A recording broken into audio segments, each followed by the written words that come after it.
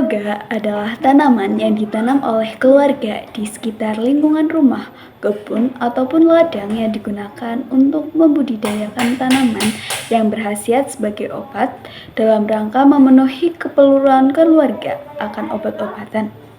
Kebun tanaman obat khususnya yang berasal dari tumbuh-tumbuhan. Lalu, toga memiliki 7 manfaat. Yang pertama yaitu sebagai penanggulangan pertama pengobatan suatu penyakit. Yang kedua sebagai suatu sistem pengobatan yang murah dan aman. Yang ketiga membantu masyarakat dalam peningkatan derajat kesehatan secara sederhana. Yang keempat untuk mempercepat proses penyembuhan penyakit. Yang kelima sebagai sarana untuk memperbaiki status gizi keluarga. Yang keenam, melestarikan tanaman obat dan budaya bangsa. Dan yang terakhir yaitu menciptakan kesehatan dan kesejahteraan keluarga.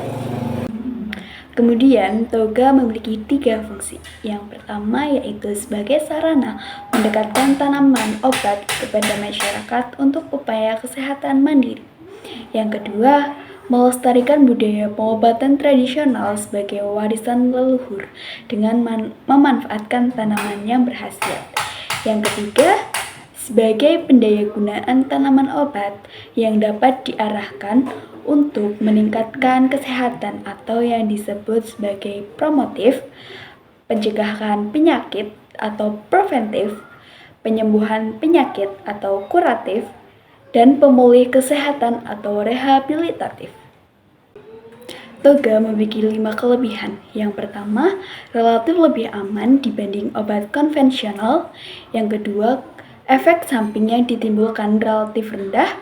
Yang ketiga, cara memperoleh tumbuhan obat tersebut mudah, bahkan dapat dibudidayakan sendiri di rumah.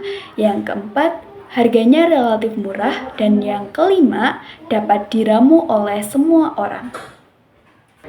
Contoh toga yang pertama yaitu ada lidah buaya atau aloe vera. Fungsinya membantu penyembuhan luka dengan senyawa polisakarida dan monoamin 6 fosfat. Lalu, gel yang terkandung dalam lidah buaya kaya akan zat besi, kalium, kalsium, dan vitamin lainnya. Dan juga lidah buaya dapat mencegah penuaan dini, penyakit degeneratif atau serangan jantung. Yang kedua ada jintan hitam. Jintan hitam memiliki antioksidan yang cukup tinggi. Senyawa timoquinone, saponin, alkaloid, dan carvacrol dapat menangkal radikal bebas pemicu kanker. Jintan hitam ini mampu mengontrol gula darah, menyehatkan organ hati, dan menurunkan kolesterol, serta mencegah kanker. Yang ketiga ada temulawak. Temulawak dapat mengobati bisul, memperlancar metabolisme, meredakan asma, kaya serat dan kurkumin yang dapat memperlancar BAB, mampu mengeluarkan racun dalam tubuh dengan kandungan palindrome. Kandungan borneoma mampu memulihkan tubuh setelah mengalami proses penyembuhan penyakit. Yang keempat ada jahe. Jahe bermanfaat dalam mengobati batuk dan rematik, memperlancar peredaran darah, mengatasi perut kembung, mengobati migrain, mengatasi perut buncit, dan menurunkan tekanan darah. Yang kelima ada jeruk nipis.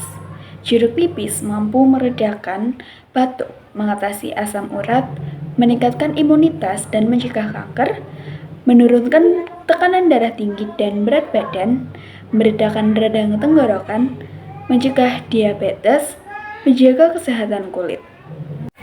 Yang keenam ada mengkudu. Kandungan terpenoid dalam mengkudu mampu memulihkan sel-sel tubuh, melancarkan proses BAB dan BAK. Zat antibakteri mampu membunuh bakteri dan virus dalam tubuh. Skolopetin mengobati peradangan dan menjadi anti peradangan bagi tubuh.